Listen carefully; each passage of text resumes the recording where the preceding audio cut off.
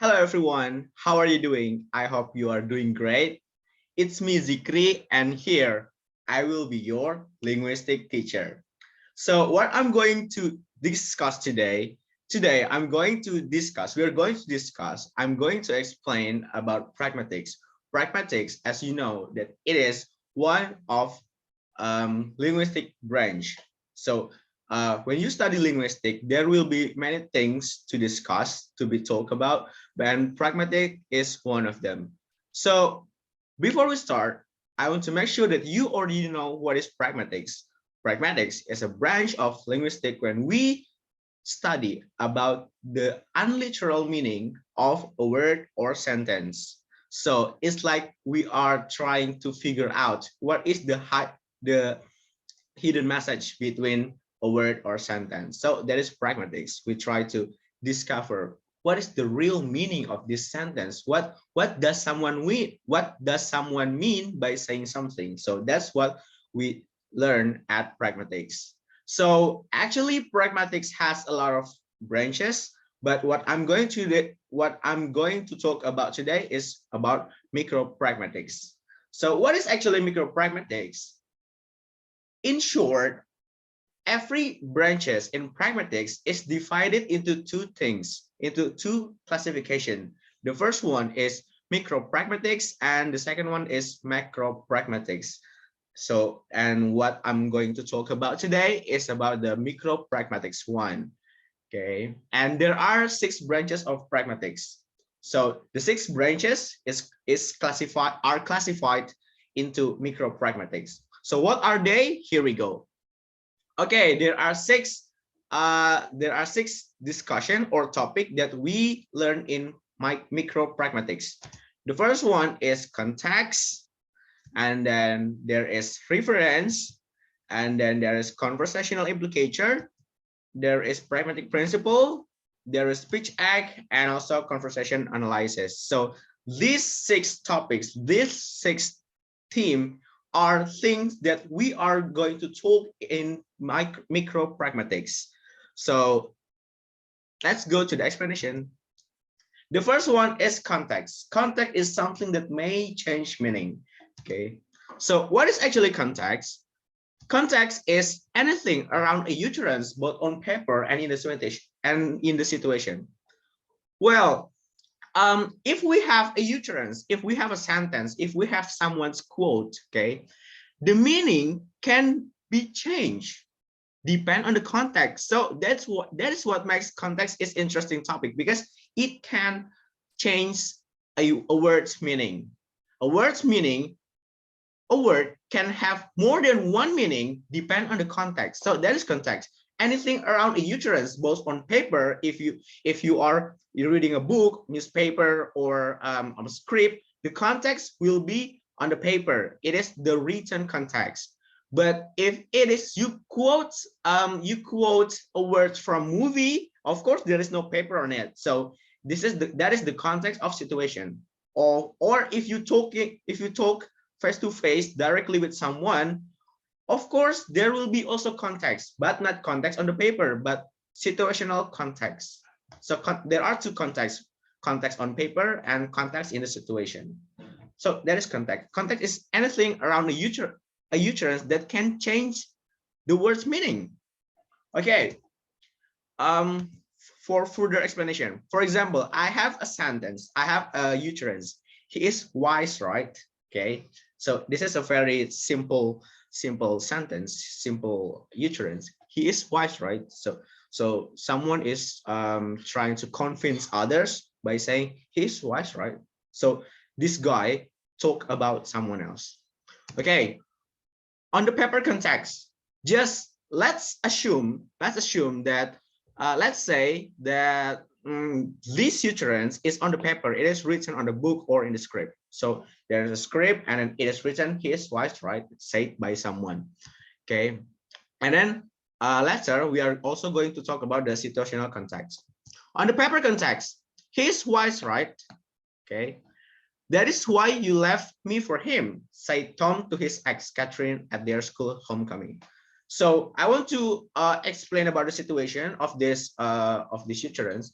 So Tom was Tom was with Catherine at their school homecoming. So their school was holding homecoming, and then there is Tom with his ex Catherine there, and then there is a man talking on the stage, giving some speech or something, uh, and who is that man is actually Catherine's present's boyfriend, and then Tom, who is Catherine's ex, he said like this to Catherine: "He's wise, right? That is why you left me for him." So the context of this, he is wise, right? The context is Tom, an ex of Catherine, tried to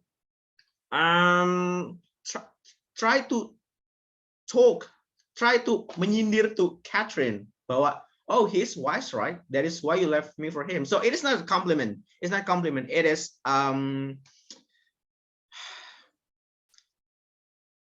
like that. So his wise right here has a negative meaning. It is satire. It is a satire. It's not Tom is complimenting a wise man. No, it's not. So it's negative. But on different contexts, I want to show in situational context, for example, with the same sentence, he is wise, right? The context is Mr. Harry. There's a man, Mr. Harry, say to his college at a science exhibition, and then he say, I'm sorry. Mr. Harry said to his college at a science exhibition, and then he points someone who is on the stage giving speech, and he say, he's wise, right? Okay. So in this context, his wise, right, has positive meaning. It means that Mr. Harry compliment the man by saying that he is wise.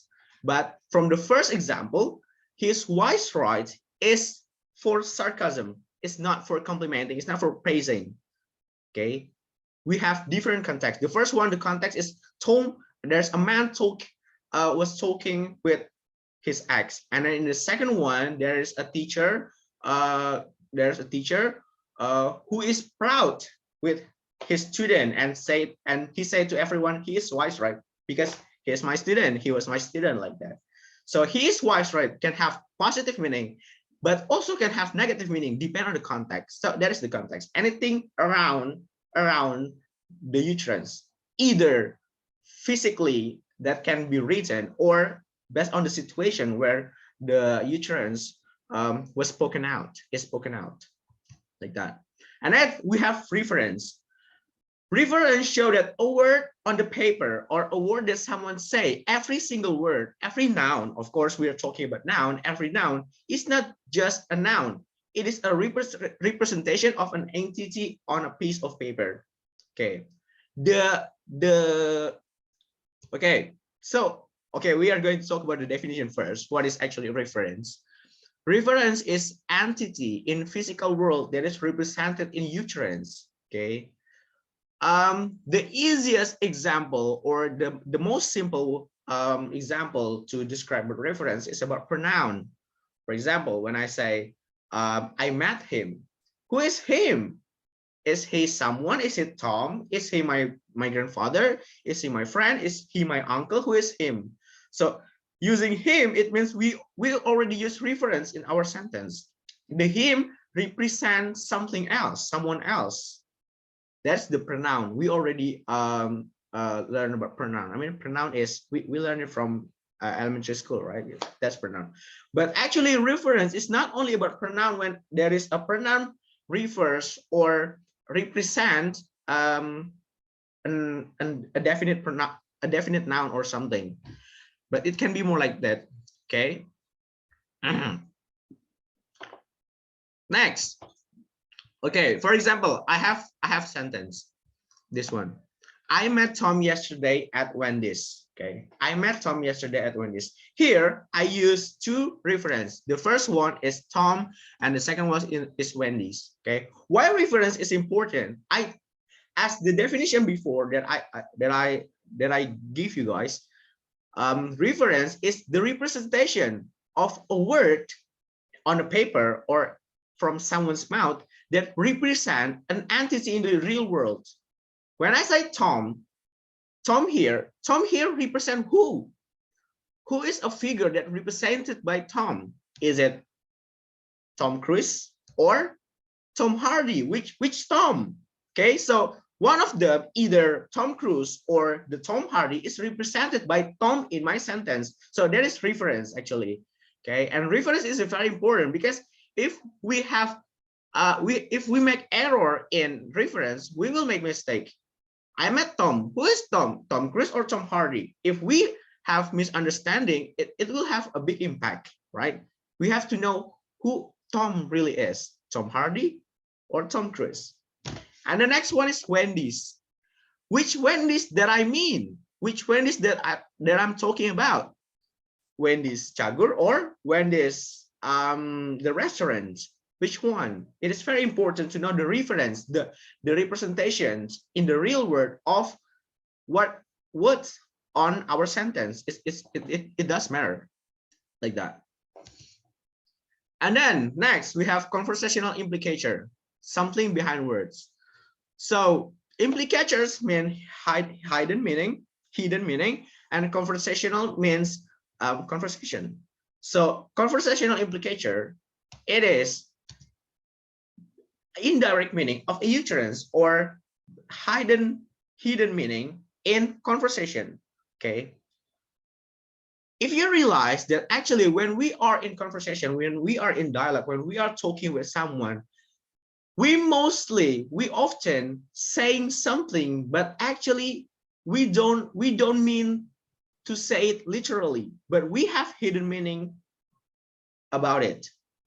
Okay, so well, actually conversational implicator is, for me, according to me, it is the heart of pragmatics. The point of pragmatics, the most important thing in pragmatics is we're talking about conversational implicator, the hidden message, the hidden meaning of a utterance. Okay, for example, like this, I want to give an example. I want to show you that actually not everything in the world is said, is spoken literally, but they sometimes they have hidden message behind it. For example, someone say, hey, let's stay up late for this project. Wait, are you sleepy? So there is a man, he is he is asking his friend to stay up late to do their project, but then he realized that his friend looks sleepy, and then he said, wait, are you sleepy? Okay, and then his friend replied, what are you talking about? I just woke up. Okay, the literal definition, the literal meaning that we can see from the reply is the man just woke up. Of course, it doesn't answer the first person question. Wait, are you sleepy? And then he said, I just woke up. It doesn't make sense. Okay, because he said, are you sleepy? The answer should be yes or not, or no, I'm fine. I'm so fresh. Okay, I'm ready for this, or no, I'm fresh, or yes, I'm so sleepy, I'm so tired. The answer must be like that. But he answered, I just woke up. Okay, so I just woke up has hidden meaning that actually he just woke up. It means that he is not sleepy because he just woke up. How come someone just woke up and he still feels sleepy, right? So there's hidden message. The literal meaning is I just woke up. I just comes from my dream. But the hidden message is I'm not sleepy because I just woke up. I have slept, so I don't need sleep anymore. Like that. That's conversational implication. And then pragmatic principle. Pragmatic principle is our rules to make you are understood. As I said before, the pragmatics talks most talking about hidden meaning. But how if your hidden meaning cannot be understood by someone? So if it happens, you have to obey the pragmatics principle. As long as you do this principle, people will understand your hidden meaning, most likely. Okay, obey these rules. There are two pragmatic rules. The first one is use conventional meaning. Okay, some people like to make their definition of a word. For example, word A means B, but some people using word A, but what does he mean is actually C. So if you want to be understood, if you want your hidden message can be delivered well, and then your friends, your friends can understand what are you trying to deliver in your hidden message. So you have to use conventional meaning. Use conventional meaning. Use a word with a meaning that everyone agree about it. And then the second one is use words that showing obvious difference with other word. So when you want to use hidden meaning utterance, I mean, you want to put hidden meaning on your utterance, on your word, make sure that you use word that showing obvious difference with other words. In short, don't use homonym because it will make someone get misunderstanding with you about you. And then next we have speech act. Okay, well, speech or what someone say is actually classified into two classification. The first one is ordinary speech, and then the second one is speech act that we are talking right now. What is the difference between ordinary speech and then speech act? Ordinary speech, it is only bring information. Okay, so ordinary speech just give information.